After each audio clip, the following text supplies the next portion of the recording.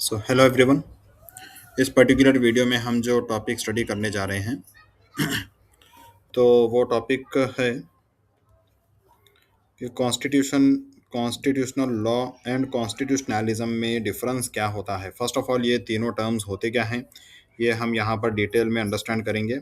और उसके बाद इन तीनों टर्म्स में क्या डिफरेंसेस हैं, तो ये सब हम यहाँ पर आज स्टडी करने वाले हैं। तो अब इसके कंसेप्ट्स क्या क्या है, constitution, constitutional law and constitutionalism. फिर उसमें डिस्टिंक्शंस क्या क्या हैं, इंट्रैक्शन एंड लीडिंग केसेस, तो ये सब हम यहाँ पर स्टडी करेंगे। अब देखिए डायरेक्टली स्टार्ट करते हैं। What is a constitution? Constitution क्या है?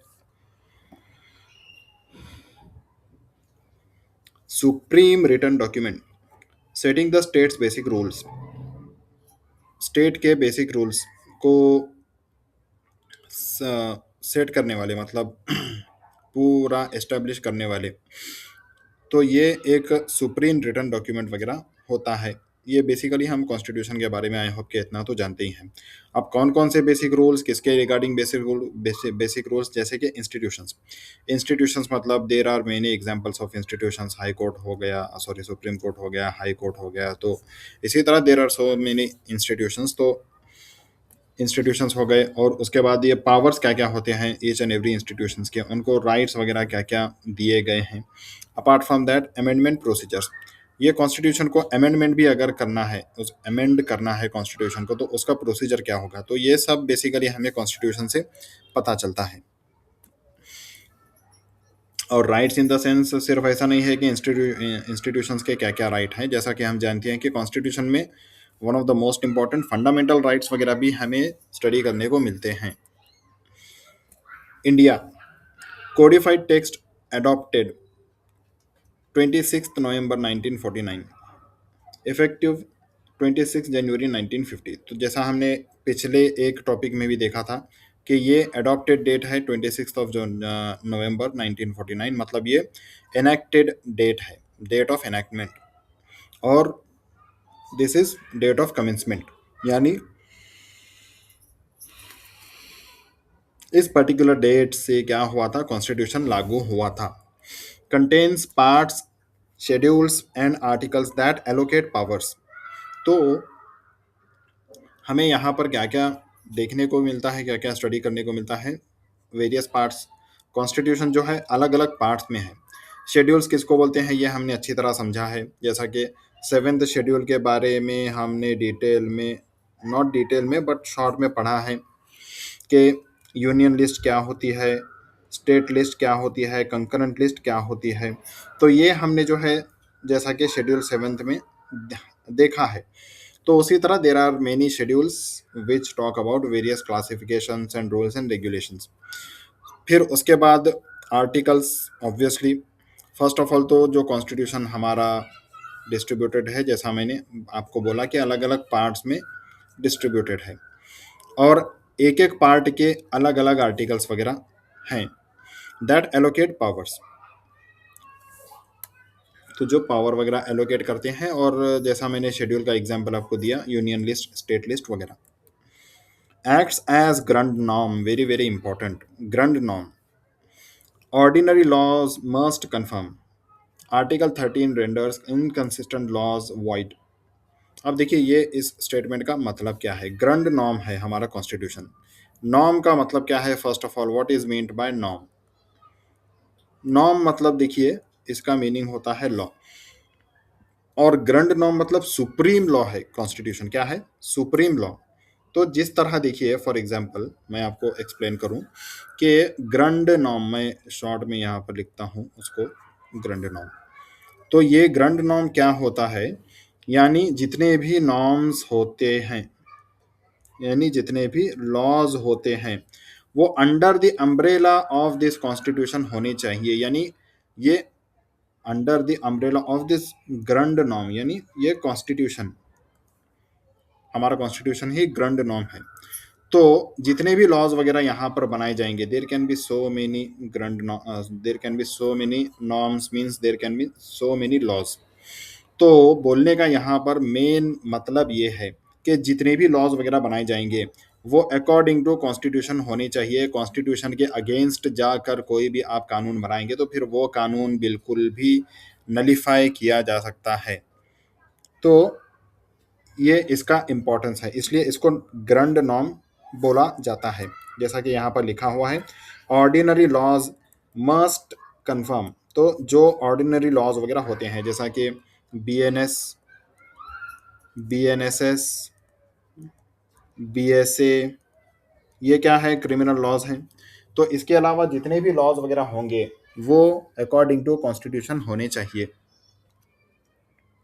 फिर उसके बाद article 13 renders inconsistent laws void. तो जैसा आर्टिकल 13 में हमें पढ़ने को मिलता है कि ऐसे लॉज जो इनकंसिस्टेंट है कॉन्स्टिट्यूशन से तो वो क्या होंगे, वॉइड डिक्लेयर होंगे।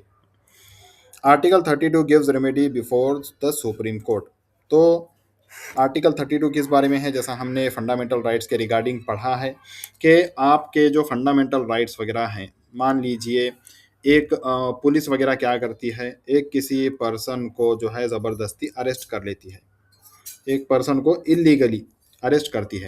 तो अब अरेस्ट करने के बाद जो है इस पर्सन का राइट टू फ्रीडम इन्फ्रिंज हुआ है, जो फ्रीडम का राइट है वो इन्फ्रिंज हुआ है। तो ऐसी सिचुएशन में फंडामेंटल राइट को और मतलब रिस्टोर करने के लिए, इस पर्सन के फंडामेंटल राइट को फिर से उसे दिलाने के लिए, यानी इन शॉर्ट उसके उसको जेल से बाहर निकालने के लिए एक कोई भी पर्सन क्या कर सकता है, अंडर आर्टिकल 32 वो सुप्रीम कोर्ट का दरवाज़ा खटखटा सकता है। इसी तरह अंडर आर्टिकल 226 वो क्या कर सकता है, हाई कोर्ट का दरवाज़ा भी खटखटा सकता है। और यहाँ पर वो रिट फाइल करेगा अंडर दिस आर्टिकल 32 और अंडर दिस आर्टिकल 226, और उसको बोलते हैं writ of habeas corpus.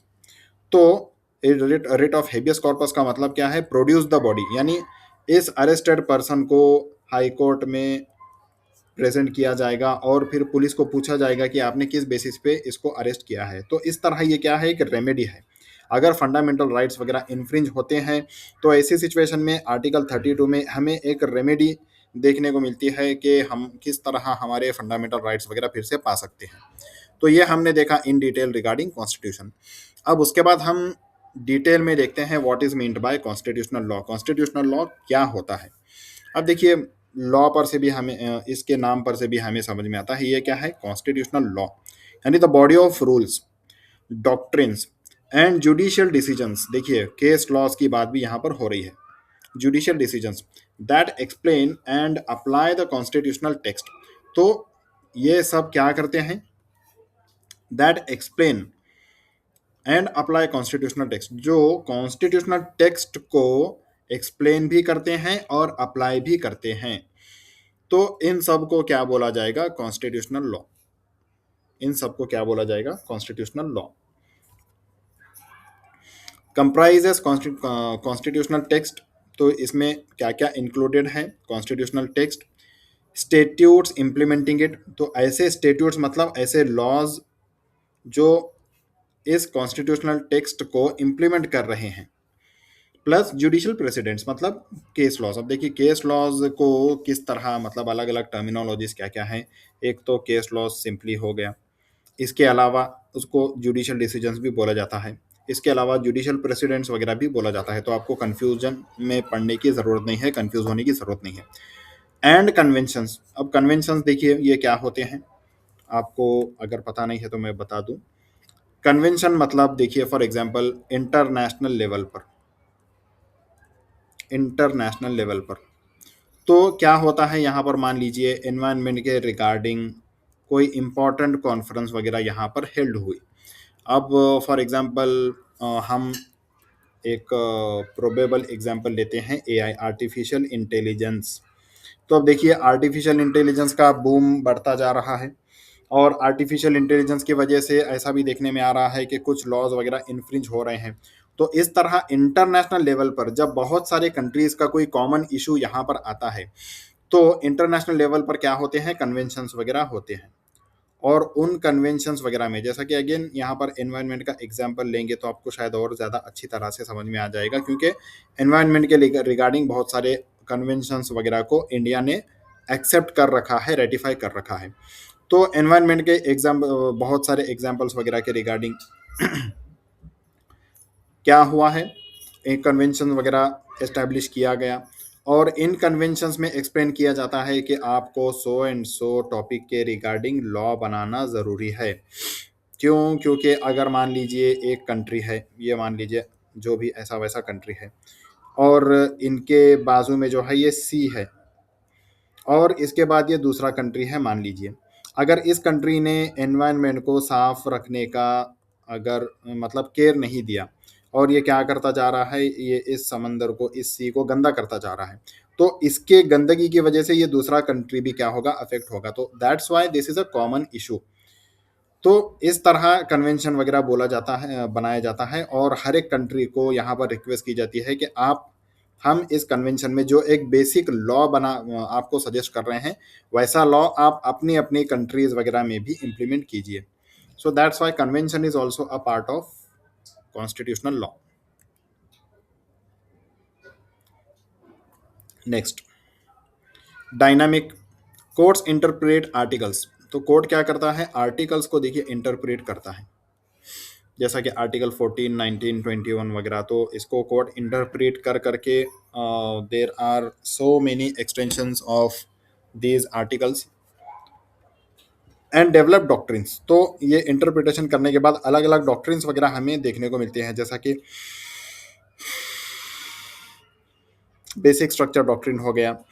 Apart from this, due process of law, ये भी हमें डॉक्ट्रिन मिल गया विदाउट चेंजिंग टेक्स्ट। तो टेक्स्ट यहाँ पर बिल्कुल भी चेंज नहीं हो रहा है, लेकिन कोर्ट क्या करते जा रहा है, इन आर्टिकल्स को, not only these three but various articles वगैरह को इंटरप्रेट करता जा रहा है, जिसकी वजह से क्या हो रहा है, अलग अलग डॉक्ट्रिन्स वगैरह भी डेवलप हो रहे हैं, जिसकी वजह से अलग अलग राइट्स वगैरह भी लोगों को मिल रहे हैं।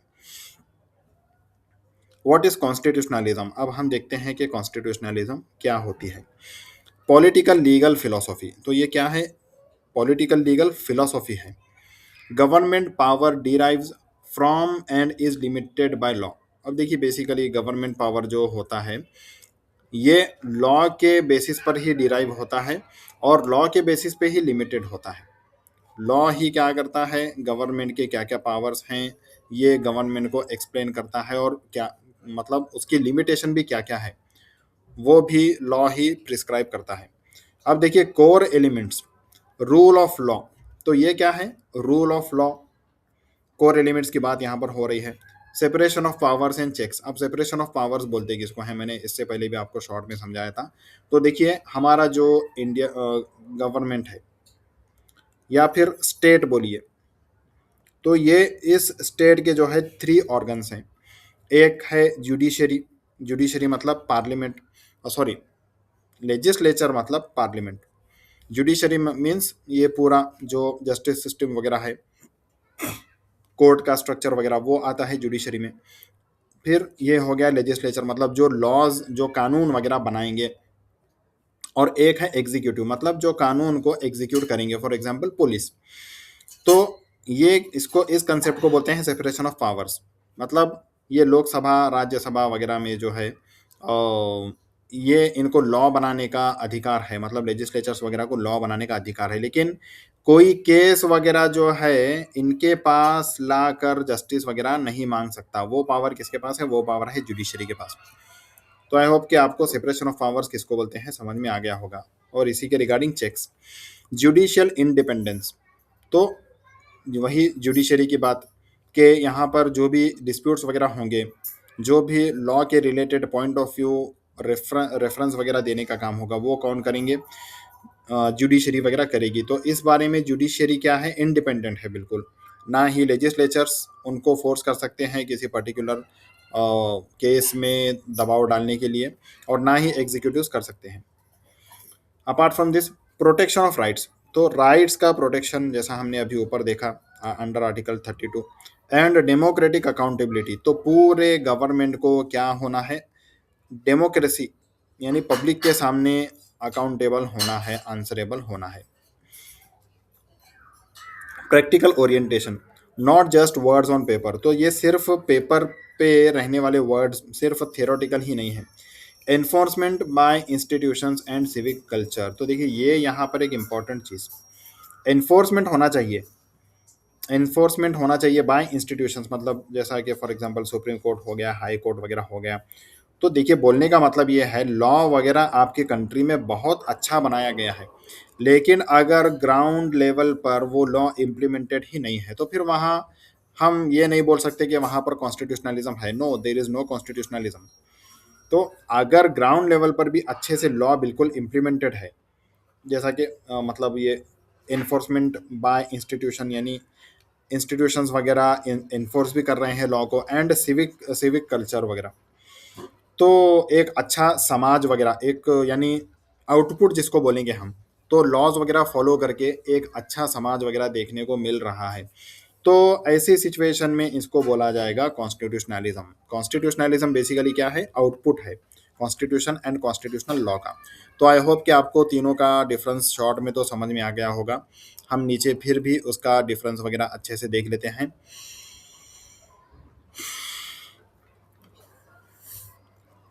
ऊपर एक मेन आंसर में टेबल है, आई होप कि आपको यहाँ से इसका डिफरेंस वगैरह अच्छी तरह समझ में आ जाएगा।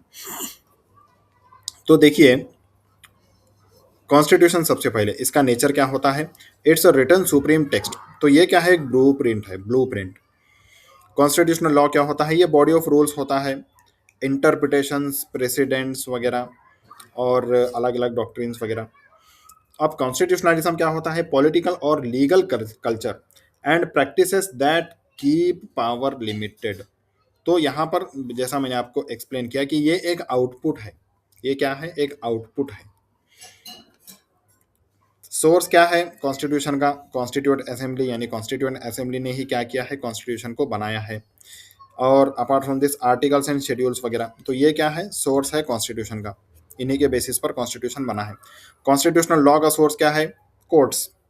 कोर्ट्स वगैरह ही तो बेसिकली प्रेसिडेंट्स हो इनको बनाते हैं, और स्टेट्यूट्स वगैरह ये भी सोर्स है कॉन्स्टिट्यूशनल लॉ का। Apart from this conventions interpreting the constitution, तो ऐसे कन्वेंशंस वगैरह भी जिन्होंने कॉन्स्टिट्यूशन को इंटरप्रेट किया है, वो भी कॉन्स्टिट्यूशनल लॉ का सोर्स है।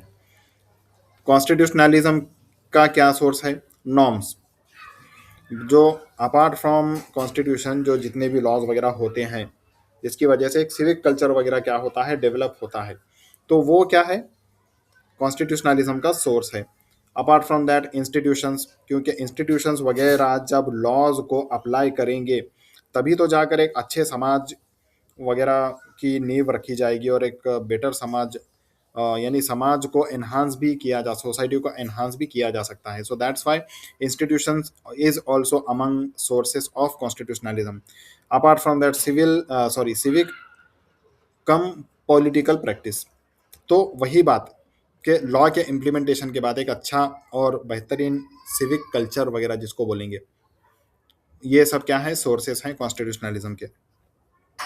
अब उसके बाद रोल, कॉन्स्टिट्यूशन का क्या रोल है? Establishes organs. ऑर्गन्स जो हमने अभी 3 ऑर्गन्स वगैरह देखे, इसको एस्टैब्लिश करता है।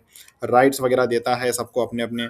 अमेंडमेंट प्रोसीजर्स वगैरह भी प्रिस्क्राइब किए गए हैं, जैसा कि आर्टिकल 368 में। कॉन्स्टिट्यूशनल लॉ का क्या रोल है? Explains meanings. मीनिंग्स वगैरह को एक्सप्लेन करता है, जहाँ भी इंटरप्रिटेशन की ज़रूरत वगैरह पड़ रही है वहाँ पर इंटरप्रिटेशन वगैरह किया जाएगा। For example Maneka Gandhi on article 21। तो जैसा हमने मनेका गांधी के केस में समझा है कि जिस तरह मनेका गांधी का पासपोर्ट वगैरह छीन लिया गया था, फिर बाद में अंडर आर्टिकल 21, आर्टिकल 21 के, वैसे तो आर्टिकल 21 सिर्फ और सिर्फ क्या है? Life and personal liberty. But इसी आर्टिकल 21 को इंटरप्रेट करते हुए एक्सपांड किया गया और बोला गया कि पर्सनल लिबर्टी मतलब राइट टू फ्लाई भी इसमें इंक्लूडेड है। तो इस तरह यहाँ पर मीनिंग वगैरह एक्सप्लेन किए गए। Apart from this basic structure doctrine, तो जो कॉन्स्टिट्यूशन में हालांकि बेसिक स्ट्रक्चर आपको कहीं पढ़ने मिलेगा नहीं, लेकिन उसका मीनिंग, उसके अलग अलग आर्टिकल्स, कुछ प्रोविजंस वगैरह से हमें समझ में आता है कि बेसिक स्ट्रक्चर डॉक्ट्रिन का कंसेप्ट भी कॉन्स्टिट्यूशनल लॉ के बेसिस पे प्रोपाउंड हुआ है। अब कॉन्स्टिट्यूशनलिज्म का क्या रोल है? Ensures limits are respected. तो लिमिट्स वगैरह जो है, जो भी रिस्ट्रिक्शंस जिसको बोलेंगे, वो सब बराबर इम्प्लीमेंट हो रहे हैं। जैसे कि रूल ऑफ लॉ हो गया, अकाउंटेबिलिटी, हो गया, जुडिशियल रिव्यू हो गया। जुडिशियल रिव्यू मतलब जैसा मैंने आपको एक्सप्लेन किया है, कोई भी अगर ऐसा लॉ बनाया जाता है जो कॉन्स्टिट्यूशन के अगेंस्ट है, तो इस लॉ को क्या किया जाएगा, जुडिशियल रिव्यू के तहत चैलेंज करके उसको नलीफाई किया जा सकता है। तो ये हो गए रोल्स। अब उसके बाद चेंज अगर करना है कॉन्स्टिट्यूशन में, फर्स्ट ऑफ ऑल तो फॉर्मल अमेंडमेंट, इसके अलावा स्पेशल मेजोरिटीज वेयर रिक्वायर्ड। तो ये यानी बेसिकली एक अमेंडमेंट प्रोसीजर हमें कॉन्स्टिट्यूशन के अंडर सीखने को मिलता है। Next, evolves by judicial decisions and legislative law making. तो कॉन्स्टिट्यूशनल लॉ कैसे चेंज होता है, कॉन्स्टिट्यूशनल लॉ चेंज होता है जुडिशियल डिसीजंस वगैरह जैसे जैसे होते जाते हैं। जैसा कि अभी हमने ऊपर देखा कि आर्टिकल 21 को क्या किया गया और भी एलेबोरेट किया गया, और जुडिशियल डिसीजन के बेसिस पर ही आर्टिकल 21 में ही राइट टू फ्लाई भी इंक्लूड किया गया। एंड लेजिस्लेटिव लॉ मेकिंग, तो लेजिस्लेचर्स वगैरह जो भी लॉज वगैरह बनाते हैं, तो उसके बेसिस पर भी कॉन्स्टिट्यूशनल लॉ चेंज होते रहता है, मतलब इवॉल्व होते रहता है। नेक्स्ट, अब कॉन्स्टिट्यूशनलिज्म कैसे चेंज होते रहती है, चेंजेस बाय पॉलिटिकल कल्चर। तो जिस तरह देखिए कल्चर वगैरह चेंज होता जाएगा, कल्चर के वैल्यूज चेंज होते जाएंगे, उसी तरह कॉन्स्टिट्यूशनलिज्म भी चेंज होता जाएगा। Apart from that, civic vigilance and institutional behaviour.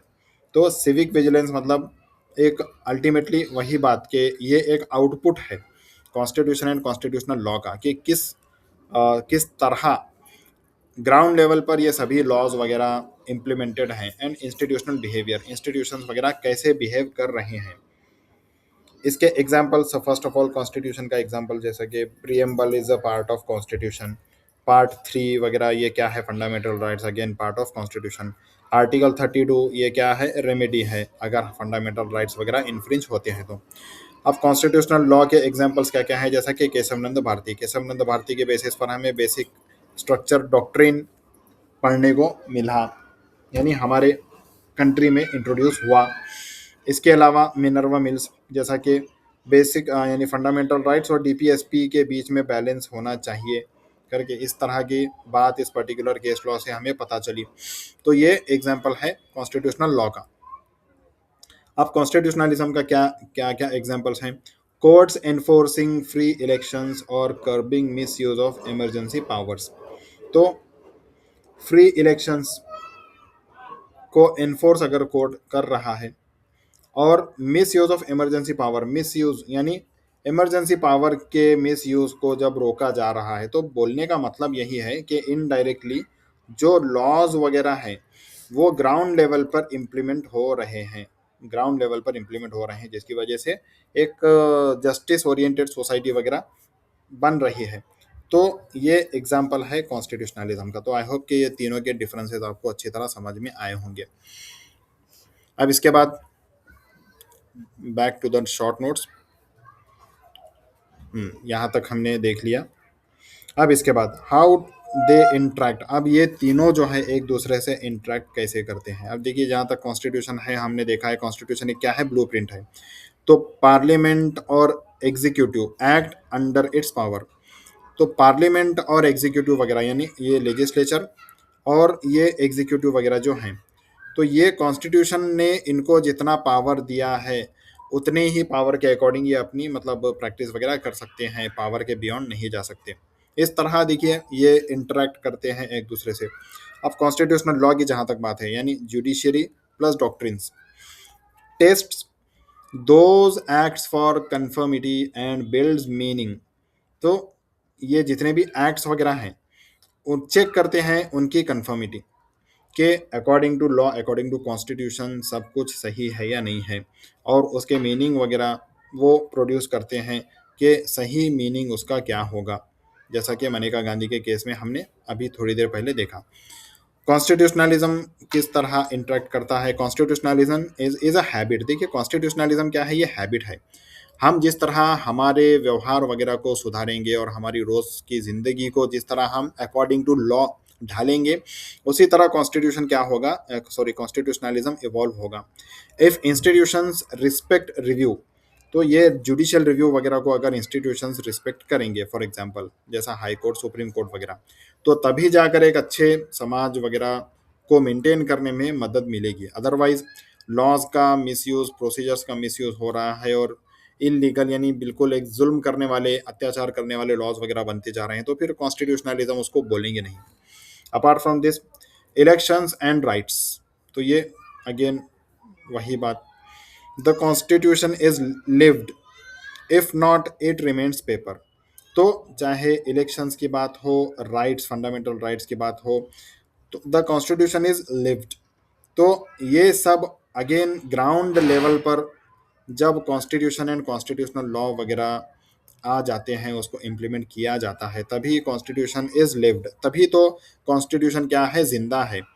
अगर उसको ग्राउंड लेवल पर इम्प्लीमेंट किया ही नहीं जाएगा तो फिर वो बस किताब में पढ़े हुए कुछ प्रोविजंस वगैरह जो बनाए गए हैं, हालांकि बहुत अच्छे तो हैं, लेकिन जब ग्राउंड लेवल पर ही नहीं है तो फिर वो बस नाम के लिए ही वहाँ पर कॉन्स्टिट्यूशनलिज्म है, इन रियल मीनिंग वहाँ पर कॉन्स्टिट्यूशनलिज्म नहीं है। तो इस तरह how they interact with each other हमने यहाँ पर देखा।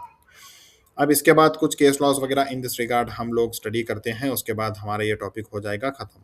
First of all, Kesavananda Bharati versus state of Kerala held that parliament can not alter the constitution's basic structure. तो बेसिक स्ट्रक्चर को बिल्कुल भी यहाँ पर उसके साथ छेड़छाड़ नहीं किया जा सकता। कोई भी आप लॉ बनाना है बनाइए, बट बेसिक स्ट्रक्चर को छेड़छाड़ नहीं कर सकते। This is constitutional law developing a doctrine that protects constitutions core.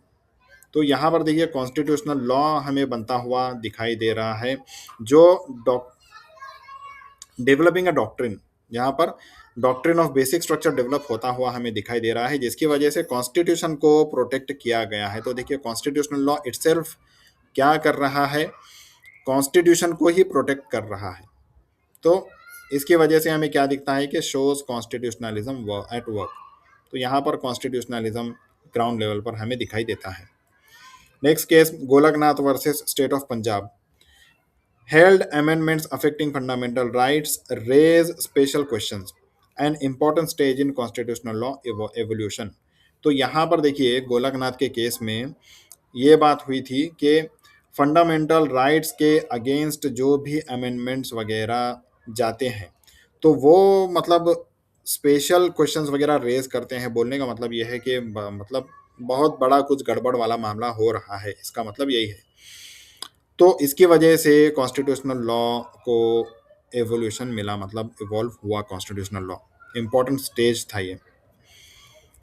अब नेक्स्ट मनेका गांधी वाला case, once again explained article 21। तो आर्टिकल 21 सिर्फ और सिर्फ जो है लाइफ एंड पर्सनल लिबर्टी वगैरह तक ही सीमित नहीं है, जैसा कि हमने इससे पहले के लेक्चर में भी देखा कि इसी आर्टिकल 21 के अंडर जो right to life and personal liberty है, इसी के अंडर आता है क्या, environment, right to free environment, इसके अलावा प्राइवेसी, राइट टू प्राइवेसी भी, इसके अलावा और क्या बोलेंगे, ओ जबान पर था अभी चला गया।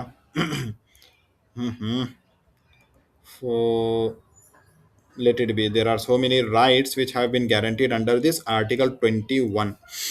तो इस तरह बोलने का मतलब यह है कि आर्टिकल 21 सिर्फ और सिर्फ एक right to life and personal liberty वगैरह तक ही सीमित नहीं है। There are so many extensions जो आर्टिकल 21 के अंडर गारंटी किए गए हैं, जैसा कि एजुकेशन। तो इस तरह आर्टिकल 21 का एक्सपांशन हमें यहाँ पर देखने को मिलता है। और उसकी वजह से क्या होता है, example of constitutional law protecting rights. तो देखिए अब कॉन्स्टिट्यूशनल लॉ यहाँ पर जब सही से इम्प्लीमेंट होगा तो उसकी वजह से राइट्स वगैरह प्रोटेक्ट होंगे। एंड स्ट्रेंथनिंग कॉन्स्टिट्यूशनलिज्म, तो इसकी वजह से कॉन्स्टिट्यूशनलिज्म को और भी ज़्यादा स्ट्रेंथन किया जा सकता है। Next case, Minerva Mills versus union of India reaffirmed harmony between fundamental rights and directive principles. तो फंडामेंटल राइट्स और डायरेक्टिव प्रिंसिपल्स वगैरह के बीच में एक हार्मनी क्रिएट करना, ये इस पर्टिकुलर केस में देखा गया। तो दोनों को जो है साथ में लेकर इंटरप्रिटेशन वगैरह होना चाहिए। Constitutional law constraining amendment power in service of constitutionalism. तो यहाँ पर जो कॉन्स्टिट्यूशनल लॉ है कंस्ट्रेनिंग अमेंडमेंट पावर, यानी इसका मतलब ये होता है जो कॉन्स्टिट्यूशनल लॉ है, तो ये कॉन्स्टिट्यूशनल लॉ क्या कर रहा है, अमेंडमेंट पावर जो पार्लियामेंट को दिया गया है उसको एक तरह से लिमिट कर रहा है। क्या कर रहा है, लिमिट कर रहा है। तो इसकी वजह से अगेन क्या होगा, जो कॉन्स्टिट्यूशन के प्रोविजंस और मतलब कॉन्स्टिट्यूशनल लॉ वगैरह जो है वो ग्राउंड लेवल पर अच्छे से इम्प्लीमेंट होगा, जिसकी वजह से कॉन्स्टिट्यूशनलिज्म और भी ज़्यादा एनहांस होगा। Next case, S R Bommai versus union of India. Bommai transformed article 356 from a political weapon into a constitutional emergency provision by requiring judicial review and floor tests। तो यहाँ पर देखिए आर्टिकल 356 किसके बारे में है, इमरजेंसी के रिगार्डिंग ये है। तो अब देखिए, सेंटर, अगर सेंटर में किसी और की सरकार है, और की गवर्नमेंट है,